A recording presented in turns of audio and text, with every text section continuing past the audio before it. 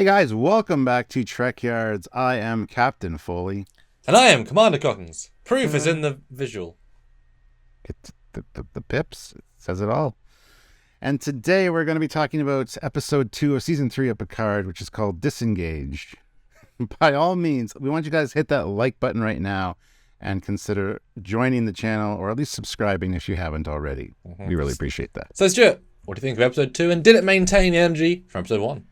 It did. It was actually very good. I really enjoyed this one quite a bit. There's a lot that happened that really got me enthused. I got to admit, I'm more of a Liam Shaw fan now. He's definitely growing on me more. Like I was one of the ones that liked him out of the gate. I was going to say, yeah. So, and there's been a lot of disparaging words against him, but I'm still going to maintain that he's a good guy and going to be a good captain. So, yeah, this one I really enjoyed. Meeting Vadic was interesting, way better than I anticipated her going to be. Cool. Okay. I really liked her character. I really liked her childlike enthusiasm for the chase being on, and her like excitement was pretty fantastic. So yeah, and some very cool action beats as well, and some good ship shots as usual. Now the Raffi stuff didn't, like, every time it hit the Raffi stuff, it was like, it's like hitting like a speed bump and you just gotta slow down. I'm like, I hate this, please stop. It kind of ended all right, obviously. But that wasn't Raffi's doing. No, exactly, yeah. And not to say the Raffi stuff was bad. It just was not what I was looking for in this episode. I was looking for the more of the ship stuff, the excitement stuff. Raffi's stuff was just kind of like, it was very much like just hitting one of those speed breaks, you know, just brought everything to a grinding halt for a minute. And every time it happened, I kind of hated it. So other than that, though, I still am liking Raffi's story, but I wish it wouldn't be interrupting the other one. Honestly, it's just something about it bugs me. How about you? What did you think about this episode? So I thought it was still good, but less good than last week. But because it was doing different things. A big part of why I liked last week is the camaraderie between Riker and Picard, the banter. There was almost none of that between them two. Riker was barely there, which is fine. They let other people do things. But certainly, one of the problems we have is what we do here is we really think about this stuff. So I found it incredibly predictable. Like, we knew the Worf thing. We knew the Crusher Sun reveal.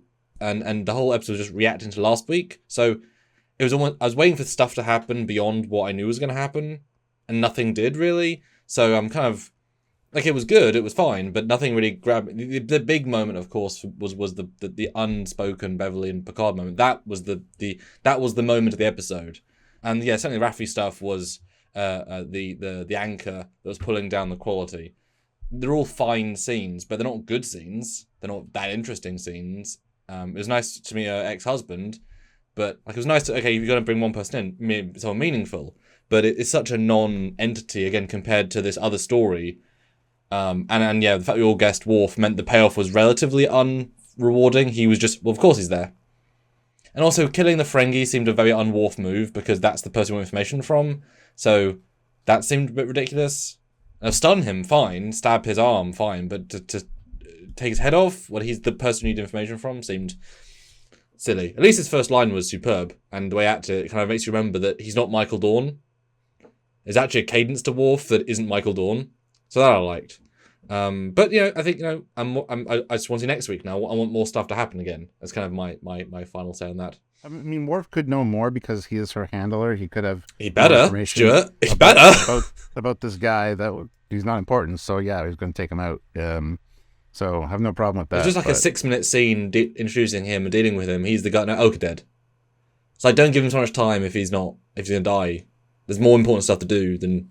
And right out of the gate, I gotta say, was that Cisco's baseball? I mean, it was a baseball. Don't know why it would be. I don't know why it would be either, but a lot of people are gonna say that. I think it's just a baseball. Anyway, let's just get that out of the way. As for Liam Shaw, let's go into him a little bit. I love that Vadic knew who he was. And said, you know, based on your psychological profile, it's surprised that you're still functioning, which I liked. I didn't like how he started out. I thought he was going to be like, let's go get him. But he's very much like, no, they can take care of themselves. I don't want to get in a fight. It took 7 to say, you know, you could be the hero that saves heroes, or you could be responsible for killing 2 legends. And that's what breaks him out of it. I kind of hated that a little bit. Yeah, that's certainly true. I mean, he's this was minutes ago in theory, so he's been blindsided by last episode. But also, for the whole episode, you get the sense that he is so by the book it blinds him to the scenario. The idea that we're out of Federation space, therefore nothing else means anything except to save my crew, which is lovely to hear, but also that's the stepping stone on which you make decisions on. And, ignoring everything else. But that's what the book would say, would be out of Federation space, you've not got jurisdiction. Because also it would be kind of insane if Starfleet just asserted dominance everywhere, even though they haven't, there's a reason for the law. So there's logic behind all of his actions, even if, our heroes would rather be saved quicker. Yeah. Like, I liked how he eventually made decisions, but I just hated that initial one, like the kick in the ass to get him going was a little bit... I just wish that wouldn't have been needed. But once he does kick into action, I gotta love the way they break the tractor beam hold. Risky as all sin, oh my god. Yeah, that was great. That should be called a shore maneuver. Warping into a tractor beam. These ships aren't big. That ship is like that's a meters level. Any more this side, you smash into either ship. That was an insane maneuver. Yeah, it was great though. And yeah, when he found out that that was Picard's son, that's kind of like, all right, let's do the right thing now. Let's do what we have to do. Because right up until that point, he was still kind of resistant. Well, yeah, his plan was his plan, and they haven't convinced him.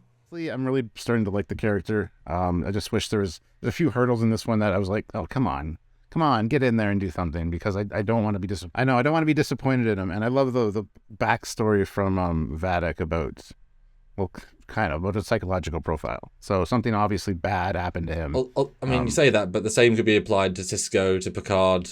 Yep, exactly. I mean, especially Cisco. I mean, my goodness. I mean, it's probably gonna be the exact same backstory, honestly, give or take. Yeah. Although that scene, obviously, you could tell Shaw's a bit of a guy, right? He's got something wrong with him, but that more was indicated to me of this lady has access to all of the classified files. That's what this says, because that wasn't I'm prepared for the Titan, because that doesn't make any sense. She has just pure she has an archive of everything, which was that was the thing that was the most interesting to me. She is just obscenely well prepared beyond that, because there's no lead up to this engagement. I love that she's after Jack though, and not Picard necessarily. I called that. Yeah. We still don't know why, but I mean, that's all the fun in finding out. But yeah, she actually really impressed me. I didn't expect her to, I was going into this from seeing the trailers and stuff, just prepared not to like her character, but instantly won me over. Like, fantastic job. And yeah, that ship is a predator as well. We can go into all the weapons and stuff on that at some other point, but wow. I love how and Shaw actually called it at the beginning. He looked at his little thing on his captain's chair and says, "Oh, that thing's heavily armed. We're not going in there." So he knew kind of what was, and I kind of respect that decision a little bit, considering they are out of Federation space. But anyway, I mean, you can only do so many suicide missions in your career. True. I mean, this is not a well-armed ship. I mean, we've seen the Titan enough to know it has one after-period launcher, 2 forward, no quantums, barely any phasers. I mean, it is minimally armed, as in the bare average. But yeah, Vadic, and people bigged up Vadic as a character. Obviously, we had nothing to go on except the look and the vibe. In motion, the haircut looks a lot less like the Austin Powers person. So that's good. I guess just the front on was what didn't sell that well. She's definitely sort of a Nero, in that Nero calling Pike Christopher. Yeah. That you don't get that sort of freedom of speech pattern except unless you're doing they're very sort of other way. Which is good. Yeah, she was interesting. She's, extremely characterful. I don't know if that's just what the actress is like. It's like you hire Will Smith to play Will Smith. She was in Pulp Fiction as Honey Bunny. Very similar. Well, yeah, exactly. Pretty similar. Yeah. But definitely chewed up the scenery. And I prefer villains that are calm. And so the level of control was what was interesting. Titan's not a ship to be scared of. And a 90-year-old admiral with no command is also not necessarily something to be scared of, necessarily. But still, to play it the way she did is this is a plan. And I wouldn't even be that surprised if it breaks down in the end. It's a Federation plan, honestly, with that much information she has and the sort of ship she has. Maybe she was given the tech, or allowed to steal it, or there's a nice nuance of, Well, I love how, too, the Fenric Ranger guy referred to her as the marked lady because of the scar on her face, I guess. So I don't know where that connection comes in, why they would report to her necessarily. Well, bounty hunter. And I really liked, if that's true, that isn't a great bad villain. It's just a bounty hunter. I mean, Dog the Bounty Hunter has many guns in his car. His stuff was never lethal, though, because he couldn't carry lethal weapons, but yeah. But imagine if he was out of the US, he definitely would have lethal stuff. If he was not in the US, yeah. Yeah, like she is. But that was, it definitely undid something from last week, though, where Jack Crusher said, the Klingons, Fenris Ranger, and Starfleet all came after me. But if that was the Fenris Rangers, then they weren't working for her. They weren't her guards. There wasn't shapeshifter. It was just they knew that this person is wanted. Send the details. So that it's not shapeshifter. It's not any of that complicated stuff. It's just he's famously known, therefore bounty. Because, but you know, I'm sure they'll get a cut when he gets caught. You know, money speaks in the outer rim. The one thing I did kind of hate, which made no sense, was, I'll show you my intentions, and she whips the Helios into the ship Titan. And only then does Captain Shaw say, raise shields, evasive maneuvers. You would have your shields up before that, especially considering you basically impulsed in to break a tractor beam hold. You'd think you have your shields on for that. I just assumed that you would have shields up when you're facing off against an unknown opponent, which he already said before they went was heavily armed. He knew that. It seemed weird. Like, oh, there's a ship coming their way. Oh, we should maybe raise our shields now. You'd have it up during that whole talk. You don't know if they're going to attack you initially right away. And speaking of shields, I do like the fact she lowered hers so they could scan the ship and get a reading. That it's almost at that point where I would be like, we're not in Federation space. Let's just take every shot we can get right now. You know that one quantum we have for a rainy day? Yeah. Pirate. Yeah. So, I mean, besides that one line, I mean, that was just kind of silly to me. Like, you should have had shields up the entire time talking to her. Well, and not just that, but he says, shields up, most evasive maneuvers, the ship stays still. Yeah. I know you have... Well, she didn't have time to react. She was, like, doing her thing. If there's enough time to turn on shields, you have enough time to go left. There's emergency evasive maneuvers where you just go like this, and you dodge something. You can't say that there's enough time for both. Surely. You think one person's on shields, another person's on helm. So I mean, and if you were in the flight stick, Stu, you could do that in less than a second. So I don't buy, and especially if they are a pilot, this is exactly what they're trained for. They would absolutely maneuver. Even with 1 second, they could do something. But that's just a classic CG. You know, if they moved it, it'd be a weird shot, etc. But her lowering shield was very ballsy, because she kept up the, in theory, bounty hunting is an honoured tradition. She's not a villain in the abstract. There's a reason for what she's doing, which they can relate to, and so her giving them a full hour, to wit, any character, any show would know that's their hour to try to stop you, is a very I'm risking everything, but also they've got many, many weapons. So. And the one thing I want to address here is a lot of people say, well, they had the shields down to beam them over. And yes, they did. But you put your shields down, you beam somebody over, and then you put your shields right back up. That's how that works. Because I know some people are going to say, well, they had to beam them over. That's why the shields are down. I just want to address that. A terrible captain would have his shields down in front of a ship that can destroy them in a couple of hits. Terrible captain. Yeah. But it's a narrative thing. It's like saying red alert when it should already be at red alert. Another funny thing I found was he breaks out of the brig, right? Which is funny in itself. You kind of tell me what the parallel is, so if I hurt myself trying to escape, which is kind of silly, but and then it's like security breach on deck 12. It's the brig. I didn't think it was the hair salon. Like, the captain knows what's on deck 12. If there's a security breach, the prisoner. If there's a security breach, what do you think? Somebody's breaking into the hair salon to steal some hairspray. Well, we can ignore that. But it's procedure. Fine. I mean, that's just silliness of procedure. I know. It just seemed redundant to me in this situation. It's for the audience. It's also the way Seven says, "I'm heading to the transporter room." What was the chances you picked the one transporter room he's at? There's at least going to be 6 on that ship. Minimum. Well, 4 minimum, 6 normal. Yeah, I'd say 4 minimum. The chance of her picking the one is not reasonable. And if it was on deck 12, then there would be guards there quickly. But that's whatever. These are small things. But great transporter room, great sick bay.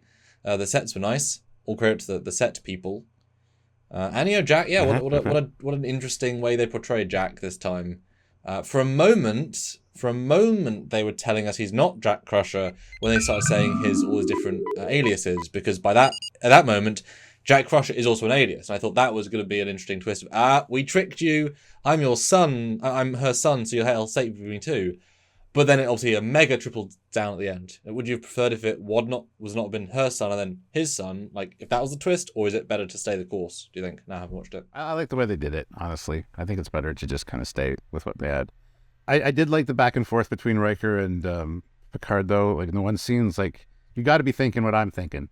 And he just ignores it, and he says, well, if he is Beverly's son, like, seriously? You're not on the same page as me? As the audience, he just turns to camera. Are you hearing this? Yeah, fourth wall break right there. And yeah, his conversation with Jack in the brig is fairly good as well. Who's your father? What a question. Yeah.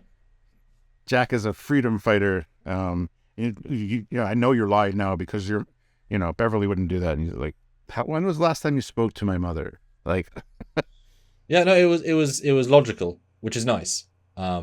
A character like that, yes, if Beverly has left everything to save everything, but at the end of the day, once you leave the Starfleet bubble, getting stuff, it's hard. Difficult, yeah. So there's a direct parallel, but you've got to wonder what was in the Starfleet bubble that she couldn't utilize to do thing and thing. That's the deeper questions, and of course, like I say, my three favorite moments of the episode are very distinct. Shaw saying, I guess running a hotel now.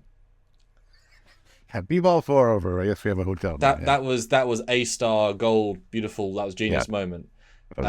Worf's first line and just his look and his tone was like, that's exactly right. Great, perfect. Well done, Michael Dorn. And then the end moment of the Beverly and Picard, the unspoken, because they still have a 50-year connection, even without the words. And it was so subtle, the face. She didn't say, like, it was so subtle. But obviously, she would know who would assume that, and she could say, like, there's a way of saying no, and by not saying no, it's yes. And boy, the acting there was superb. And then, now everything changes, and Picard becomes Picard, like actual Picard. I think that's definitely going to symbolise that from at least a few episodes, he's going to be in Captain Picard mode, because now he has to be this all relies on me, and you could feel the visceral 1980 Picard coming to the surface. It was quite interesting, actually. He felt like Picard from all this episode for me, anyway. But Captain especially Picard, when he was putting down the transport inhibitors, it's like, it's to prevent that very thing. And I love how his son even says, "Look, Captain," and it's like, "Admiral, well, you can teach me about the commands in the afterlife, but from what I've heard, you're remembered for one less pip." I loved that line. That was great. And of course, fans will say admirals don't have 5 pips.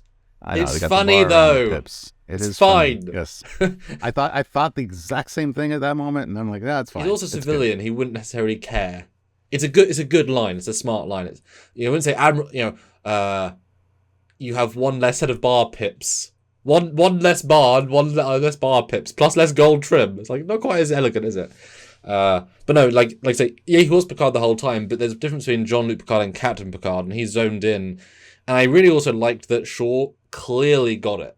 There's more than just, oh, it's your son, I'll kill my crew. It was, Admiral, I'm taking command, and his energy changes. He's now, F you all, I'm the Admiral. You have to follow my orders. There's a full stop there. And Shaw's like, yeah, I'm now giving in. Like, there was an instant, I sense the commanding factor here. I will subdue. I will now just be trusting you because you've now got something that was hidden. So I'm excited to see next couple of weeks of Picard being full Picard. Which would be great. Because that was a moment where Liam's like, what is with you with this thing? Why are we doing this? But he was doing it. He was agreeing to do it. He just wanted a reason. So he'd already gone past that stage. He's my son. It's like, oh, well, in that case, I'm not going to convince you now. And then Liam goes right into like, all right.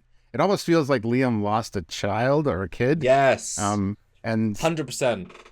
Yeah, that's so true. Yep. That could be exactly what Vatic was referring to as well. So no, that's that. Yeah. That would be the underplayedness of that, but him knowing that was a reveal. That's absolutely. And then because Beverly's son, he doesn't know Beverly, he knows Picard. Yeah, there's more there than And then, yes, they fire some torpedoes and run, because that's all they can do. Oh, that was great. It went through the cloud. We got another Mutara Nebula situation in the next episode is what's happening. Hunt for October, yeah. It'll be a... Yeah. I mean, they can't win a firefight, so there's got to be all the plans. And I would assume that Beverly's going to mention because she and Jack were trying to hide for a long time now, so she would remind Picard of the Borg incident in the Nebula. She will then, I think that's some stuff she'll say, or Jack will say, like, do you remember this plan from 3 years pre-baby? What? Nothing. That plan. Everything's PB. Everything's pre-baby, you know. Remember that thing with Shinzon 2 years AB? What? Nothing. Because now we know, right? Now we know the truth. Where's it going to go from there? Because the only answer is drama. But I liked how Beverly looked sorry. That was nice. She was like, I should have told you, 29 years ago or something. And I really thought this was going to answer some of the questions as well, like why we see Jack Crusher in a Starfleet uniform firing at Federation officers. I thought it was because he escaped the brig. Oh, that is him, isn't it, probably? Yeah, I thought it was because he escaped the brig and was, steals a uniform or whatever, and was trying to get away. But no, that's not the case. I was like, oh, it's going to answer that. Oh, it didn't. Okay, good. Well, there's more to look forward to then. Although it answered the side question, we saw a shot of Picard shooting a phaser. And we're like, oh, this 85-year-old's going to be a firefight. No, he smartly shot inhibitors. Like, that was good. That took away that oddity of that scene. Although the fact that Vadic's 2 officers being sent is give-upable, shows a very tiny crew.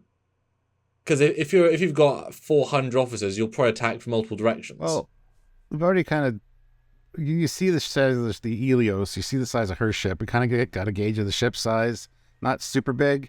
And with that many weapons on board, you think there'd be a lot of storage for weapons and or weapons like ports. So maybe there isn't a lot of internal volume. Well, yeah. What's the point of having 270 photon torpedo launchers if you only have 1 torpedo in each bay? Well, they said 236 photon torpedoes. They didn't say how many bays though. But yeah, you know what I mean though. Like that logic. Yeah, I know exactly what you mean. Yeah. But that's true. It's a big ship, but most of it is not room of usable space. No, it was a good episode. It was a good part 2, but it was trying to finish part 1. And I think definitely, I know why people watched it as a movie at some of the screeners and at the Chinese theatre, because it is very much, this is a storyline, but 2 parts, if you compare them, there's 2 different, and if you liked what's in 1, I don't think you like as much 2, but if it's 1 story, it's a good story. Does that make sense? Yeah, absolutely. Yeah. It's been a good rewatch, I think. It's like a feel of flow. It'll be interesting. Yes. Anyway, guys, that's our take on this episode. We want yours, though, so please make sure you're subscribed to our channel. We got a lot of cool perks for members that join up as well. You can be in our fleet, have your name displayed at the end of the videos. You could be on the Titan, too. You get assigned a ship. Yeah, you do. So please, by all means, hit that like button. Comment down below what you thought about this episode. And join us for lives where we talk about this and you guys can interact with us in person. And you do have things to say. We know this about Picard, so jump in, have those 2 cents by putting in $5 or $1 or $10. Literally, whatever you say, we'll get into the chat and we'll have a great debate. You might throw in a, oh my God. And we'll be like, oh my God. And that might be, 10 minutes of discussion. Or you can help us out Patreon. It's monthly. Join the channel also monthly. One-time donation at trekyards@hotmail.com, because all of our content is free. We make very big pride. We have a lot of pride in that. But we need your support if and when you can. So if you suddenly say, hey, I got $10 spare this month. Is that how months work? Trekyards, boom, 10 helps. Thanks in advance. Yeah, just press a cup of coffee. It really helps out. It means so much. So anyway, until next time, which hopefully will be for live. Join us for that. He is Commander Cockings. He's Captain Foley. Bye, guys. I'll see you guys later. Enjoy the fleet.